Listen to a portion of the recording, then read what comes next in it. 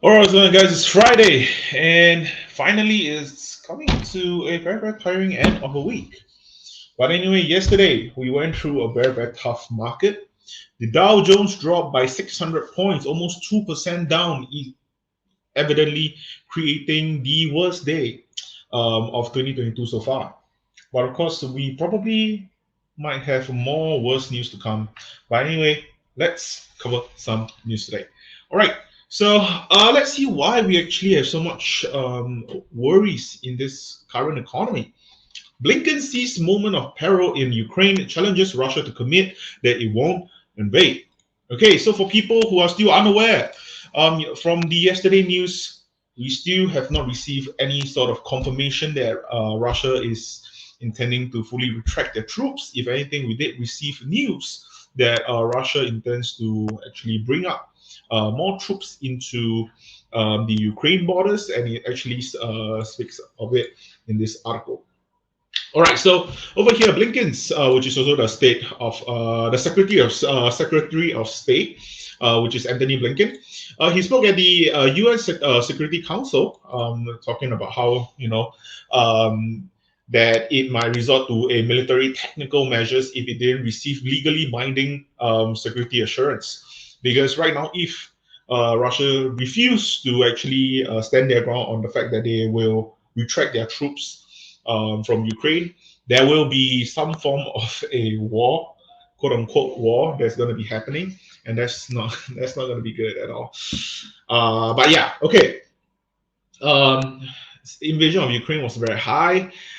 Pretext invade its neighbor. Every indication we have is that they are prepared to go into Ukraine. Okay, something that's very interesting in this whole article is going to be a lot of words that you might not care about, but I'm going to just zoom into something that's important here. Da, da, da. Okay, this meeting can pave the way for a summit of key leaders in the context of de-escalation to reach understanding on our mutual security concern. After which, they say, provided there is no further Russian invasion of the Ukraine. Okay, so if they do invade in the coming days, it will make clear they were never serious about the diplomacy. Well, obviously, if that were to happen. And then, okay, so over here they said the day before yesterday, some of the units after their exercises were returning to their home bases in Russia. This is what the the diplomats on Russia actually came out to say, which is Mr. Vershinin, yeah, the Russian deputy foreign minister. Okay, basically saying that yeah, but we did send some troops back. Okay, like they are all on their way back essentially, which it's hard for you to unpack this entire thing because some people can say that it's actually takes some time for them to actually go back to their countries instead of just staying there because it's 130,000 troops after all, which I totally get. Okay, so over here 150,000, let alone, okay? Russia has more than 150,000 troops near Ukraine, according to US official. Includes well-trained ground troops, wall planes, surface-to-surface missiles, and amphibious vessel in the Black Sea. Okay, now this is where it actually gets a little bit more interesting. We see them fly in more combat and support aircraft. We see them sharpen their readiness in the Black Sea. We even see them stocking up their blood supplies. That's the situation here. Because the thing is that when people are talking about, bringing in more support, even though you are trying to kind of like retract your troops, you shouldn't be sending in more support. There's almost zero reasoning on why you should be doing that. Okay, so Mr. Austin basically came out to say, I was a soldier myself not too long ago. Okay, a retired army general. I know firsthand that you don't do this sort of things for no reasons, and you certainly don't do them if you're getting ready to pack up and go home. Okay, if you want to say like extra support aircraft, I get, but combat aircraft, why? Blood supplies, why? So I'm very confused by what they're trying to do. And basically, what they're gonna force them to say is over here, which is the most important part of this whole entire article. State it plainly to the world, and then demonstrate it by sending your troops, your tank, your planes back to their barracks and hangars and sending your diplomats to the negotiating table. And I think that this would kind of force Russia to kind of make a move. Because if Russia right now, if they continues to think that, or we do want to quote unquote invade into Ukraine and create this sort of quote unquote war, they will have to do it very, very soon. And I think this will definitely be scaring the market a little bit, because what actually is happening here is more like putting Russia on a timer. So right now, if Russia wanted to do it, they will do it in the next few weeks, in the following week, I would assume, because the thing is that there's no reason for them to do it like in like 2 to 3 weeks anymore, because there's no reason for them to do so. Because for them to do so, that means that they have to basically tell the whole world, we're not going to invade Ukraine, and then proceeds to invade Ukraine. I think that's going to be very counterproductive for Russia as a whole. But of course, if Russia didn't have the intention to invade into Ukraine to begin with, this also kind of puts on a timer for them to call on their bluff. So they'll basically just be like, okay, you know what? Okay, we're sorry, we're kidding. We're sorry, we're not going to be invading into Ukraine. We're going to start retracting the troops back. It's probably going to take us about a week or so for us to get all our troops away from the border, something along that line. So that's most likely what's going to be happening. Hopefully, because right now, I'm not gonna lie, I don't have enough heart for me to go through another cycle of bad news. So yeah, that's basically the entire thing with the Blinken news. All right, stocks future rise after steep sell-off. Basically, where I said before, because we had a huge sell-off yesterday. Right now, basically, if you open up your stocks portfolio, you should be up at least 1%. People are kind of so-called buying the dip, quote unquote buying the dip, which is all right. I think that buying the dip on the drop that we had yesterday was all right. But of course, like I said before, buying the dip, if you keep on buying the dip and it dips further, and we have seen this since September, it just keeps on falling. I don't know. And especially with the tensions in Ukraine, gosh, it's a whole lot of headaches for us to go past this entire thing. So all three major stock indexes were on track to notch weekly losses as of Thursday's close. Investors have struggled with mixed messages on the potential for escalation between Russia and Ukraine. Secretary of State Antony Blinken warned Thursday of a looming Russian offensive against Ukraine and proposed a last-ditch diplomatic meeting with his Russian counterpart, which was the article that we just went through.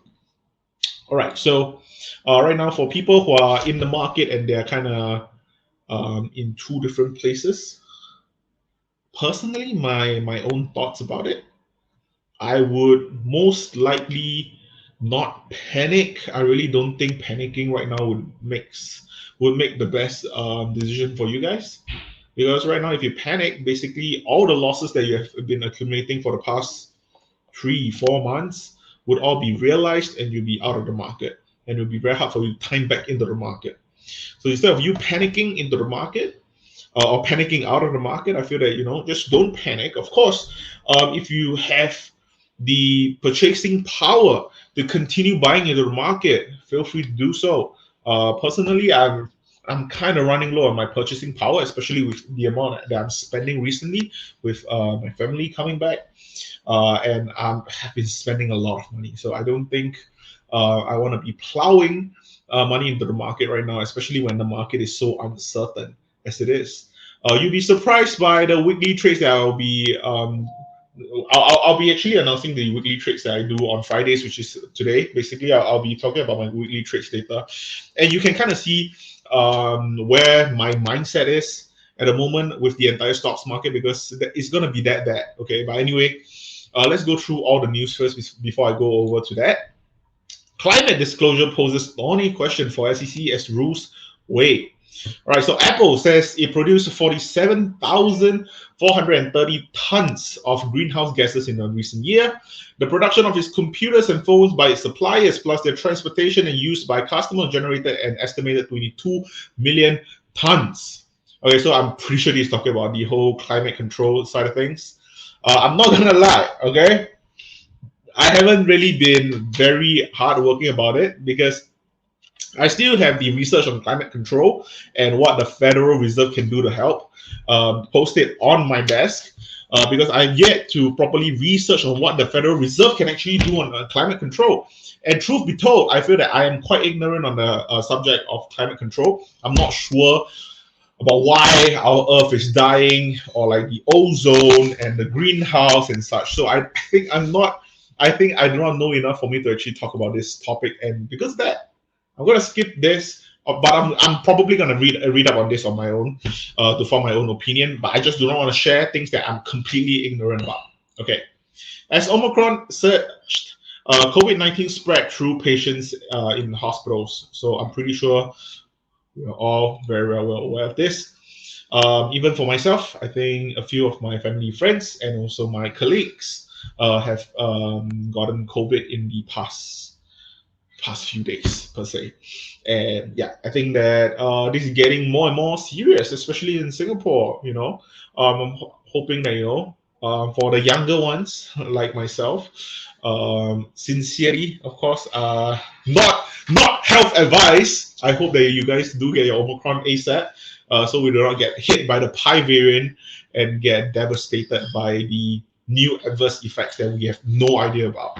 But I think Omicron is a good time for us to get hit by. But anyway, the daily total of patients with COVID-19 that they caught in the hospital reached a record of 4,700 during the Omicron wave in January, according to the analysis of U.S. Department of Health and Human Service data. So yeah, I think this is only with. Oh, okay, this is only in the hospital. I was thinking 4,700 is a small number, wouldn't that be? Yeah, but this is basically just in the hospitals alone. And yeah, the COVID cases are actually quite insane. But okay, oh, this is only in Maine, I think. Hospitals has been going to great lengths to prevent the spread of COVID-19 inside their walls. The findings show the challenges and the facilities have faced in trying to protect vulnerable patients despite taking precautionary measures during surges, and suggest that hospitals must intensify those efforts during the waves. Doctor and epidemiologists said, whatever it is. But anyway, the hospital itself is not an island. That's where the fire skips the fire line. Okay, this is basically just a COVID report for the country. I think I'm not going to be reporting on this. This is kind of boring.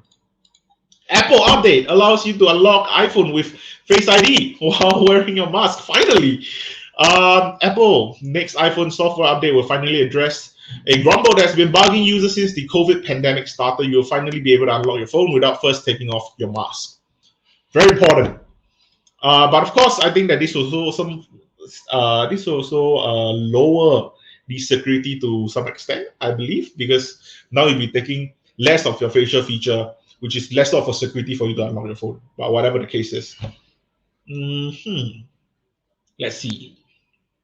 Expected to debut Universal Control, which lets customers use a single keyboard and trackpad across multiple iPad and Mac. Okay, that's cool, interesting. In before Android say that they have that already, but 3D facial recognition system was launched back in 2017 as a feature of the new iPhone 10, but it became a headache as COVID, blah, blah, blah. Okay, we all know that. Likely follow up later in the year by a raft of releases, including new iMac, Mac Pro desktop, and redesigned MacBook Air, and updated low-end MacBook Pro, 3 Apple Watches, and iPhone 14 and new AirPods. I'm really looking forward for this update. This should be happening in the mid to end of 2022. So I'm looking forward in particular to the new phone, the new AirPods, and also the Mac Pro desktop. I might be getting a desktop for, but I don't know. I'm still thinking about it. Of course, if the budget allows it, I guess. All right, so that's all for Apple. Meta loses top 10 ranking by market value amid worst month ever. So I think I talked about this so much before. I said, like, I personally do not want to take my bet on Meta because Meta is really showing us a lot of red flags in the company. Ever since the earnings report dropped, everything around Meta kind of just gives us a lot of red flags. The first of all is Facebook and Instagram are slowly losing their core audiences to other platforms, be it your TikTok or your YouTube or whatever it is, or Twitter. People are moving to other platforms, basically creating their own circle and their own social platforms around it. However, if you're not following me on Instagram, follow me right here at Ong Hak Hauser. Well, okay, just a shameless plug for myself. But anyway, but yeah, Meta losing their top 10 ranking by market value. I think, personally, I kind of expected Meta to kind of drop a little bit. I also talked a little bit about how I don't think Meta would be a better um, ad revenue generating play as compared to Google. I think Google play a far better uh, role in this entire ad generating factor, because in the industry of ad revenue generating, Meta basically is sitting on hoping that Google and Apple would show some sort of privacy leniency for them to actually have some form of ad tracking devices or privacy setting devices on their site, for them to actually improve the level and the quality of ads that is going to be given to their consumers. But because they are basically on layer 2, I do think that Meta stands to lose a lot from this. So yeah, social media company falls behind Tencent in value ranking. That's pretty bad. That's pretty bad. Ah, got it. It's right here, man. Okay, but to be fair, I do think that Meta will still come back to the top 10. I sincerely do believe it. I do think that Meta is not that good of a company, but I think Meta would somehow come back up to above the top 10 again. But then eventually, there's going to be better emerging markets out there. There's going to be a better emerging industry that's going to defeat whatever that's here. So just take a good look at this top 10 chart or top 11 chart. Personally, speaking, I feel that we are probably going to be seeing like 4 to 5 of them changing in the next 5 years to 10 years. I do sincerely believe that. Just look at Aramco, which is the oil business in Saudi Arabia. They defeated Alphabet. They went up because of oil prices, which is quite crazy. So yeah, that happens. Yeah, okay, this is just horrible. Tesla, with the market value of $906 billion, has taken Meta's place as the sixth biggest company behind e-commerce giant Amazon. Warren Buffett, Berkshire Hathaway, also trails behind the EV maker at $700 billion, followed by chip maker Nvidia. Like I said before, I like Nvidia a lot as well. So yeah, I guess this is the new change in their rankings and such. But yeah, Meta. Just gotta keep a lookout for it. Okay. All right. And for the last news, something that I wanted to talk about is kind of a little bit more funny than news actually. Melania Trump, she actually created her own NFT, and because she was talking about how her new NFT, she likes the whole transparency of it. You know, it's all gonna be cool. We're gonna donate a portion of the proceeds over to charity, I think, for some children. Hopefully, like letting the children learn some form of like some technical education or science education or whatnot. From what I understand from the other time, and because of that, she created this NFT sort of like for a form of awareness sort of thing, and like to help people. But of course, she did say that it's only a portion of the proceeds will be going to the charity and such. Okay, so iconic white one by Mr. Blah, blah, blah. All right, so over here, yeah, and a portion of the proceeds will be used to provide foster care children with access to computer science and technology education. Yeah, so this was the verbatim by her. But afterwards, it was kind of funny because she ended up buying back her own NFT at a final price. It was according to her own. She basically just did an auction for her own NFT and bought it back from her own auction for the NFT, kind of inflating the price herself, which is a little bit more funny than news, like I said before. And ultimately ending with somebody purchasing the NFT for 1,800 Solana, worth $170,000 at the time, which is now 200,000.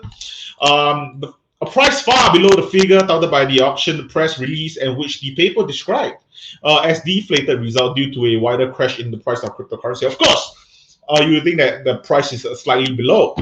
But over here, you're gonna see that ultimately the auction winner had the address, blah blah blah blah blah. Without getting too bogged down in eye-glazing detail, the auction winner was funded with 1,800 Solana on January 25th, which came from an address that was itself funded by the address that created Melanias NFT.